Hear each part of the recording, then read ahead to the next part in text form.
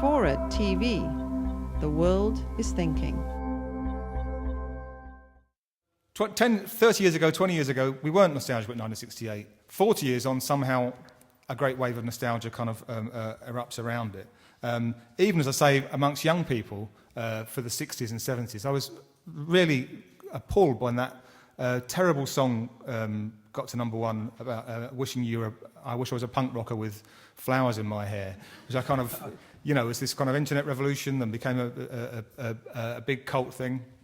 And rather kind of encapsulated that problem of nostalgia being something amongst young people. It used to be an old people's thing, nostalgia, and suddenly it had become a kind of a young people's thing.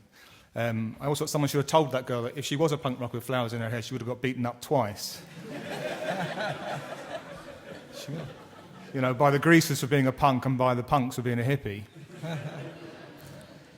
But it does seem to a lot of people now a kind of golden age of rebellion, Paris, Prague, and I think it looks like that particularly because of the apparent contrast between the absence of possibilities today, from when anything seemed possible to when nothing very much seems possible. That's the kind of perception, I think, that creates the nostalgia around 68 in particular.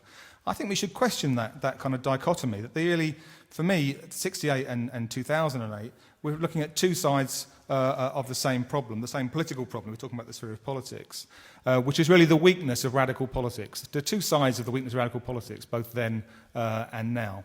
We're talking about radical and what radicalism means. If you go back to its origins in the 18th and 19th century, you find it derives from the word for root. It's supposed to be about root and branch change of society. That's what it was proposed in the first place, the meaning of radicalism. I think it's the weakness of radical politics then and now that it explains two sides of the problem. See, the way I look at it now is, what was great about the 68 and 60s was the idea that anything was possible. The problem was that spilled over into a kind of naive optimism where it was assumed that everything was easy. It was thought rather too easy to change the world, that everything would be rather too straightforward. And there's a tendency to underestimate the big kind of political problems and big political questions. I don't want to caricature it too much, but if you think of John Lennon's revolutionary anthem, All We Need Is Love, All You Need Is Love, or if you think of the hippies and the beats surrounding the Pentagon in their anti-Vietnam protest, holding hands and chanting Om, in the hope that the Pentagon, the centre of American military establishment, would levitate into the air and all the bad spirits would fall out of the windows. It kind of encapsulates in a very extreme way that very almost naive belief that it was a simple thing to change. That, I think, ran into the sands of political reality. But now we have the opposite problem. Far from an overestimation of the possibilities, we have a complete underestimation of the potential. We have the sense, the belief that it's impossible to change anything much, certainly nothing fundamental. There is no alternative, as Mrs. Thatcher said, still echoes down the political corridors. And the isms of today are neither capitalism, obviously, become very unfashionable in the last few months, nor socialism. We can certainly dismiss the fantasies of those who think that the American and British states taking over banks is an act of socialism, unless you think that George Bush has suddenly become the Lenin of his time. Neither capitalism nor socialism. The isms of our age are cynicism, fatalism, and what I call miserabilism. A very kind of downbeat view of what is possible in terms of fundamental change. I think that's as one-sidedly mistaken, and in many ways worse, than the kind of naive optimism of the 60s, of 68. You see, what made it seem easy, I think, to change the world in 68 was what's been alluded to already, which was the complete disarray of the old establishment, the way in which the old cultural and political forces were kind of crumbling before the student protests of the 60s.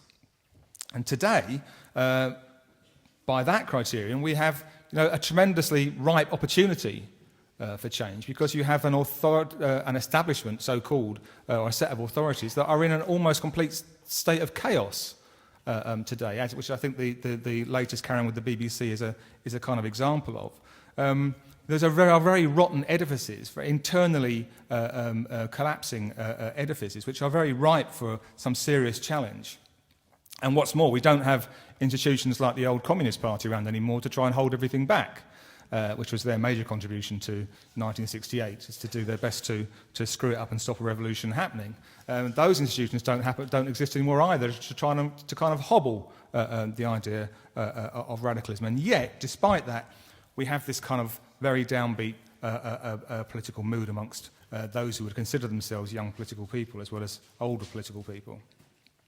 I think there's a lot. What we're facing there, part is a consequence of the defeat of the left, but for wider reasons as well, is a loss of belief in politics, which is really a loss of belief in ourselves, and has led to a loss of belief in ourselves. It's really led to a lowering of horizons across the board, politically, culturally, socially, of what's possible, so that we end up with a situation where the great divide in political life, as Noel Gallagher, one of the wise men of our age, said this week, we're now two nations, it's us against them, on the issue of knobgags. That has now become the kind of great dividing issue, as an example of the kind of ratcheting down of political life and aspirations on all sides.